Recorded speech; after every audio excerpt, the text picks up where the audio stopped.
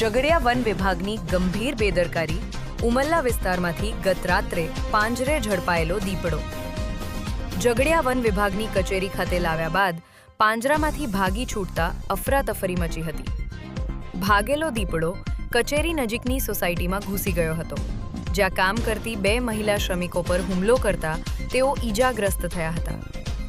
બંને મહિલાઓને સારવાર માટે ઝઘડિયા હોસ્પિટલમાં ખસેડવામાં આવી છે। ઘટનાને પગલે વન વિભાગની ટીમોએ આસપાસના વિસ્તારોમાં સર્ચ ઓપરેશન હાથ ધરી દીપડાને ઝડપી પાડવાના પ્રયાસો શરૂ કર્યા છે। હું દાહોદ જિલ્લાના ખંગેલા ગામનો વતની છું અને ભરૂચના ઝઘડિયા તાલુકામાં કામ કરવા અર્થે આવેલા ચંતર બ્લાસ્ટરનું તેમાં કોઈ દીપડા દોડતા જઈને આવે અને 2 બહેનો પર હુમલો કરેલ છે। તો આ 2 બહેનોને આજે ભરૂચ સિવિલ હોસ્પિટલમાં એડમિટ કરવામાં આવેલ છે। ઈજામાં શું થયેલું છે?